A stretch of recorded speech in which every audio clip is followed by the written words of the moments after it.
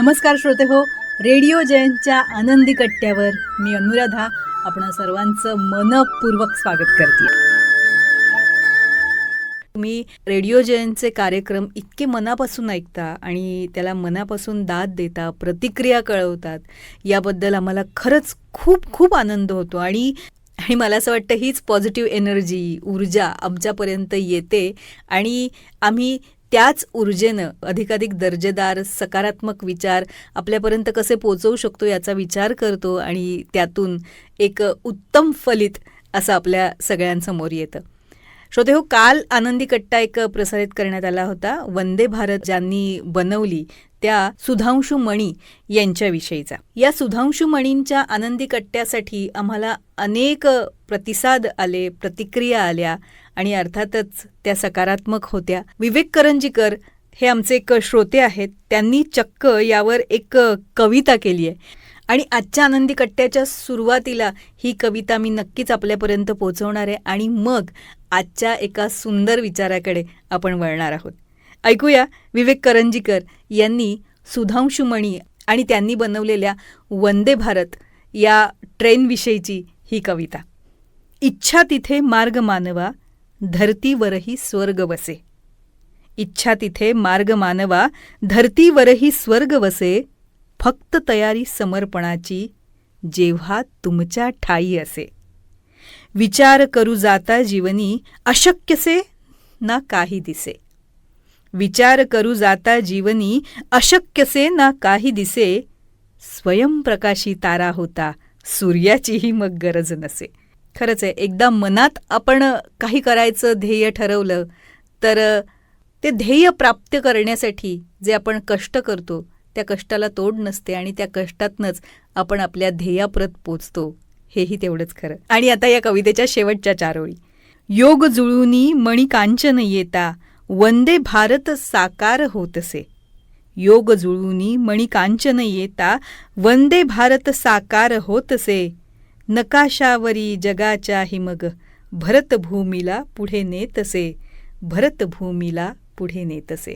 विवेकजी, तुम्ही केलेल्या या अतिशय सुंदर कवितेसाठी आणि आनंदी कट्ट्याला दिलेल्या या अतिशय सुंदर सकारात्मक प्रतिक्रियेसाठी आपले मनपूर्वक आभार.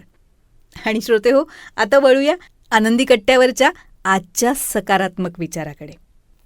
श्रोते हो, भाद्रपद महिन्यातल्या गणेश चतुर्थीला गणपती बाप्पांची स्थापना घराघरामध्ये करण्यात आली. गणपती आगमनानंतर 3 दिवसांनी महाराष्ट्रात घराघरामध्ये गौरी आगमन होतं आणि गौरी गणपतींचं पूजन केलं जातं.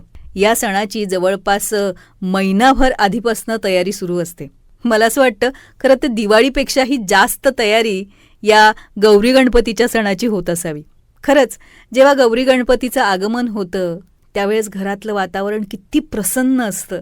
या गौरी गणपतीच्या दिवसात घरातल्या प्रत्येकाच्या मनात त्यांच्याशिवाय कुठले विचार नसतातच. मुळे गौरी गणपतीचं कोड कौतुक करण्यात हे दिवस कसे सरतात हे कळतच नाही. आणि मग वेळ येते ती निरोपाची.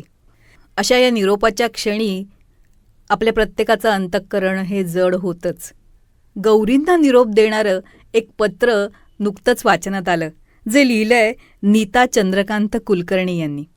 अतिशय सुंदर आणि भावपूर्ण आहे. आजच्या आनंदी कट्ट्यावरून त्यातला विचार तुमच्यापर्यंत पोचवायचा प्रयत्न करते. ऐकूया. श्री गणेशाच्या आगमनानंतर सोन्या रुपयाच्या पावलांनी गौरी घरात आल्या. प्रत्यक्ष त्या महालक्ष्मीचं आगमन होतं घरी. किती भाग्याची गोष्ट आहे ना. सगळं घर त्यांना फिरून दाखवलं. दोघींना नीट बसवलं. दागिने हार घातले. आरती मंत्रपुष्पांजली झाली. आल्या दिवशी साधी भाजी भाकरी ती दाखवून झाली. दूध देऊन दोघींना आराम करायला सांगितलं. मग दुसऱ्या दिवशीची लगबग सुरू झाली. पूर्णावरणाचा स्वयंपाक, भाजी, कोशिंबीर, भात, वरण. दोघींचा चेहरा तृप्त दिसत होता. गौरी प्रसन्न हसतमुख दिसत होत्या. घरात आनंद उत्साह भरला होता. तो दिवस गडबडीतच गेला. रात्री निवांत दोघींसमोर बसले. मनातलं तिला ओळखता येतच, तरी सांगितलं. तिच्याशी बोललं की मन शांत होतं ना. 3 दिवसाच्या पाहुण्या म्हणून आलेल्या गौरी निघाल्या की परत मग मुरड कानवला, दही भाताचा नैवेद्य दाखवला, अक्षदा टाकल्या. जाता जाता निरोप देताना म्हटलं, आई, क्षणभर जरा थांब ग, तुझ्या लेकीबाळींचा निरोप तुला सांगते. गौरीमाय, तू यायच्या आधीच आम्हाला शहाणं केलं होतंस, त्यामुळे तुझं सांगणं सगळ्यांनी ऐकलं बरं का. त्यामुळं आम्ही अन्न वाया नाही घालवलं, मोजकंच केलं. खूप जणींनी मला हे सांगितलं. त्यांचा स्वयंपाक लवकर झाला. एका ताईंची सवाष्णं दरवर्षी 2:30 वाजता जेवायची. यावर्षी त्यांनी तुला 12लाच नैवेद्य दाखवला. तुझी आरती करून 12:30ला घरच्यांना जेवायला वाढलं. लेकी सुनाच घरच्या लक्ष्मी आहेत, ते सर्वांना पटलं बघ. किती जणींनी पहिल्यांदाच तुझ्यासमोर बसून श्रीसूक्त, देवी अथर्वशीर्ष, नवनवीन आरत्या म्हटल्या, तुझी गाणी गायली. तू ऐकली असशीलच. तरी पण सांगते आई, बऱ्याच जणी आता शहाण्या सुज्ञे झाल्यात. तू सांगितलं ना तशाच वागल्यात. घरचे पण आनंदित झालेत. हळूहळू जमेल तसा थोडा थोडा बदल करतायत सगळ्याजणी. रूढी, परंपरा, रीतिरिवाज यांचा पगडा मनावर अजून खूप आहे. नव्हे, दडपण आहे ग त्याचं. बदल करताना मनात अजून भीती मात्र आहे ग. काय होतं आई, खरं सांगू का, बदल केला आणि काहीतरी विपरीत घडलं ना की असं वाटतं आपण बदल केला ना म्हणूनच असं झालं. लगेच मनात संशय येतो. देवी किंवा देव आपल्यावर कोपला तर नसेल.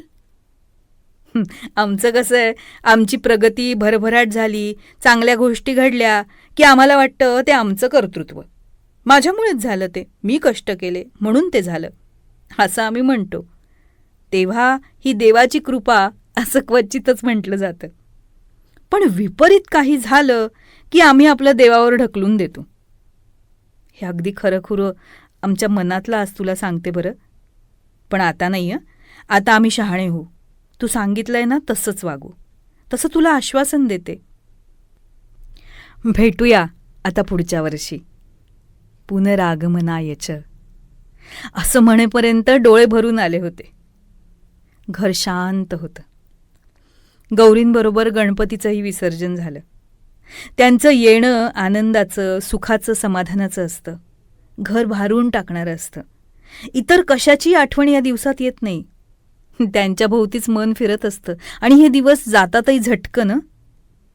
आणि लक्षात येतं की मग त्यासाठीच हे गौरी गणपती घरी येतात.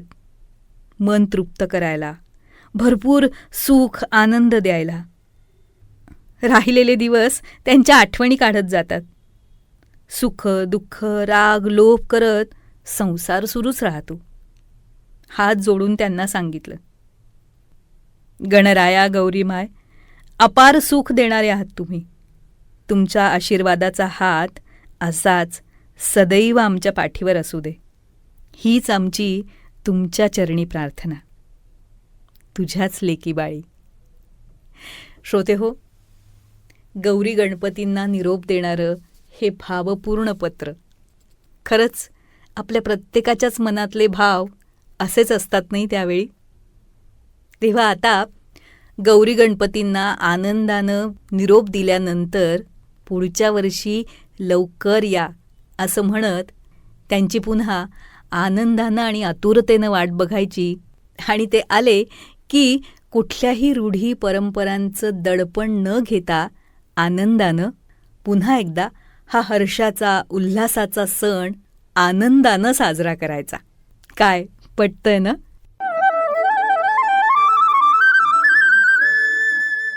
तर श्रोते हो, आजचा हा विचार तुम्हाला कसा वाटला याविषयी आम्हाला आपल्या प्रतिक्रिया जरूर कळवा. त्याचबरोबर रेडिओ जयंतनं चतुरस्त्र हा पॉडकास्ट सुरू केलेला आहे आणि या पॉडकास्टमध्ये प्राध्यापक, लेखक, कवी, नाटककार श्री रमेश कोटस्थाने यांच्याशी साधलेला दिलखुलास संवाद आपण बघणार आहात.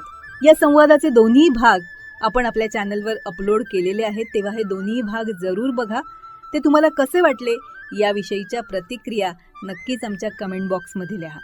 त्याचबरोबर श्री रमेश कोटस्थाने लिखित खुळा पाऊस या पुस्तकाचं अभिवाचन आपल्याला रेडिओ जयंतवर ऐकायला तर मिळेलच, पण त्याबरोबरच पूज्य साने गुरुजी लिखित श्यामची आई, पद्मविभूषण बाबासाहेब पुरंदरे लिखित राजा शिवछत्रपती या पुस्तकाचे दोन्हीही खंड, प्राध्यापक यशवंत पाठक लिखित मातीचं देणं, डॉक्टर शुभा साठे लिखित त्या तिघी, नर्मदा परिक्रमेच्या स्वानुभवांवर आधारित प्रभू पाठक लिखित बिल्वपत्र या दर्जेदार पुस्तकांचं अभिवाचनही आपण जरूर ऐका.